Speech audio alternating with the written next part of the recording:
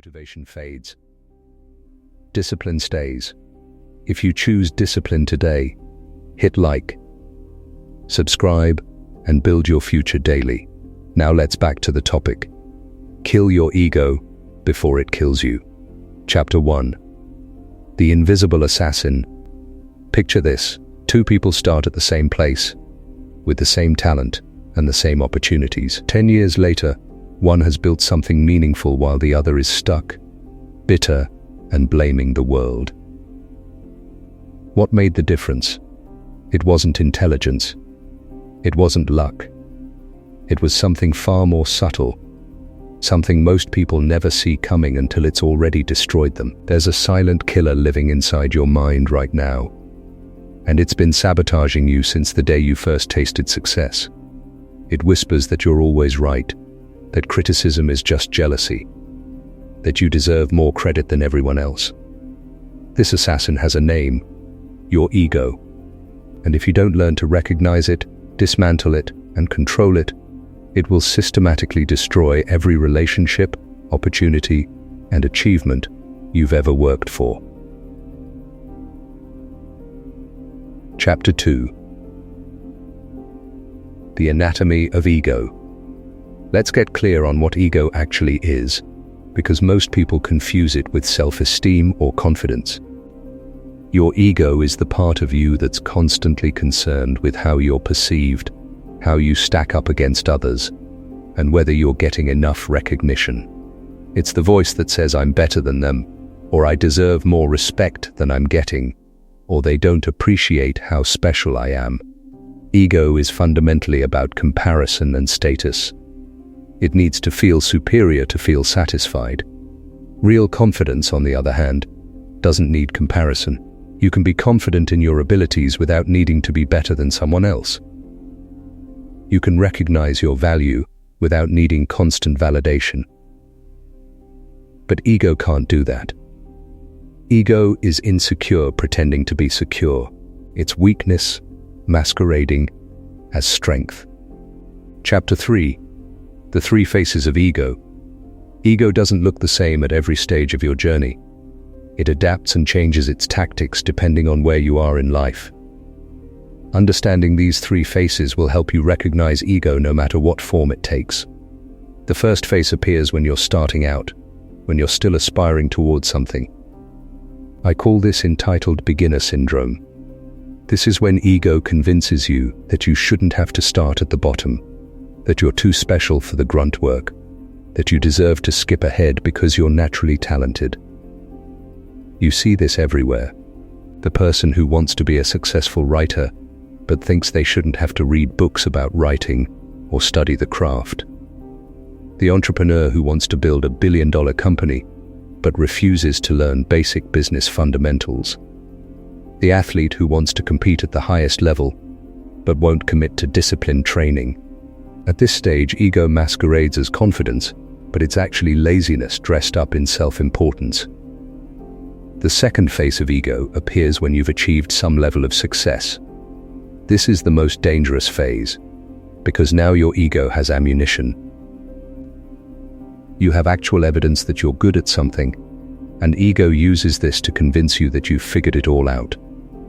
This is when successful people stop learning, stop listening, and start believing their own press. You see this in the CEO who made one company successful and now thinks everything they touch will turn to gold. The artist who had one hit and now refuses to evolve or experiment. The expert who became an expert 10 years ago and hasn't updated their knowledge since. At this stage, ego tells you that because you succeeded once, the rules don't apply to you anymore.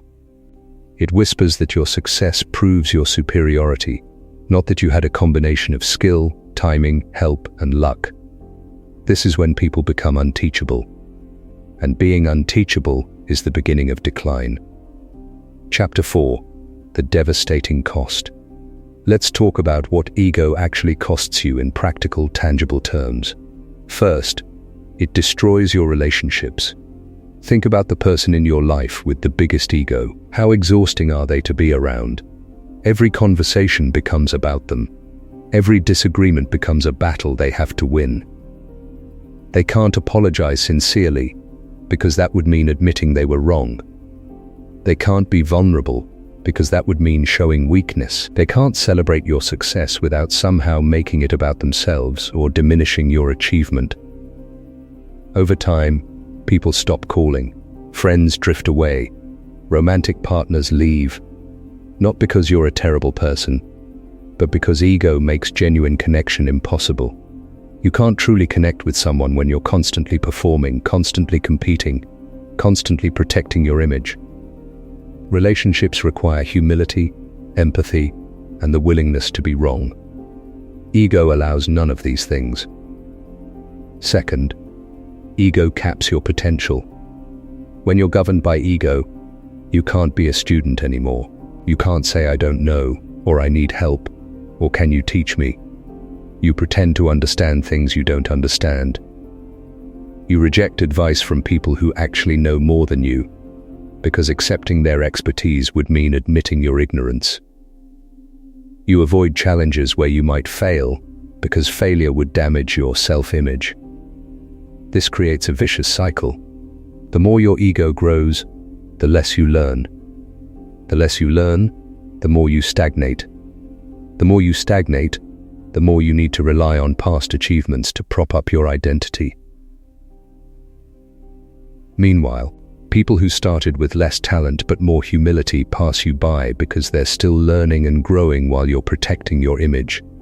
Your ego builds a wall around you that keeps out the very things you need most: feedback, perspective, knowledge, and growth. Chapter 5. Recognizing your ego in action. The only way to control your ego is to first recognize when it's operating. Your ego has tells, behavioral patterns that reveal when it's in the driver's seat.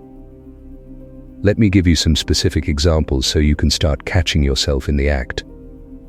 Notice how you react to criticism.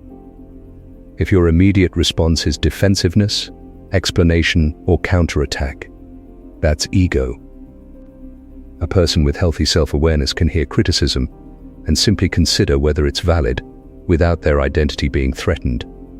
Notice how you talk about your achievements. Do you constantly bring them up? Do you find ways to work your credentials into conversations? Do you feel uncomfortable when others are getting attention and you're not? That's ego needing to maintain its status. Notice how you react to others' success.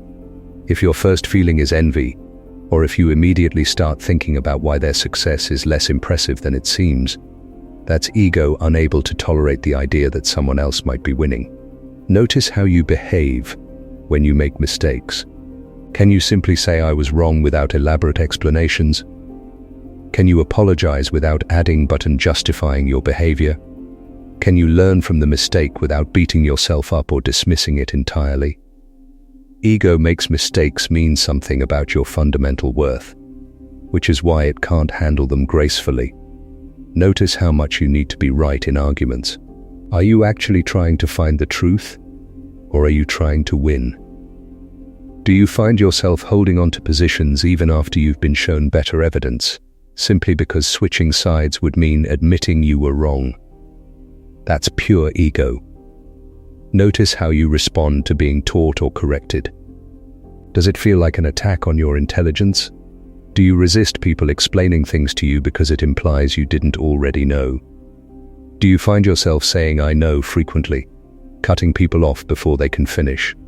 Ego can't stand being in the student position. Chapter 6. The power of ego. Less living. Here's what most people get wrong. They think killing your ego means becoming passive, indecisive, or lacking ambition. They think it means accepting mediocrity or never standing up for yourself. That's completely backwards. When you master your ego, you don't become weaker, you become unstoppable. Because now you can learn from anyone without feeling threatened. You can adapt to changing circumstances without protecting outdated strategies. You can collaborate genuinely instead of always competing. You can take bigger risks because your self-worth isn't on the line with every outcome. You can handle failure productively because mistakes don't threaten your identity. You can celebrate others' success because their winning doesn't mean you're losing. You can be wrong and change your mind because being right matters more than looking right. This is what I call humble confidence, the quiet strength of someone who knows their worth but doesn't need to prove it constantly. No more excuses, no more delay. Like, subscribe, become stronger than yesterday. Thank you.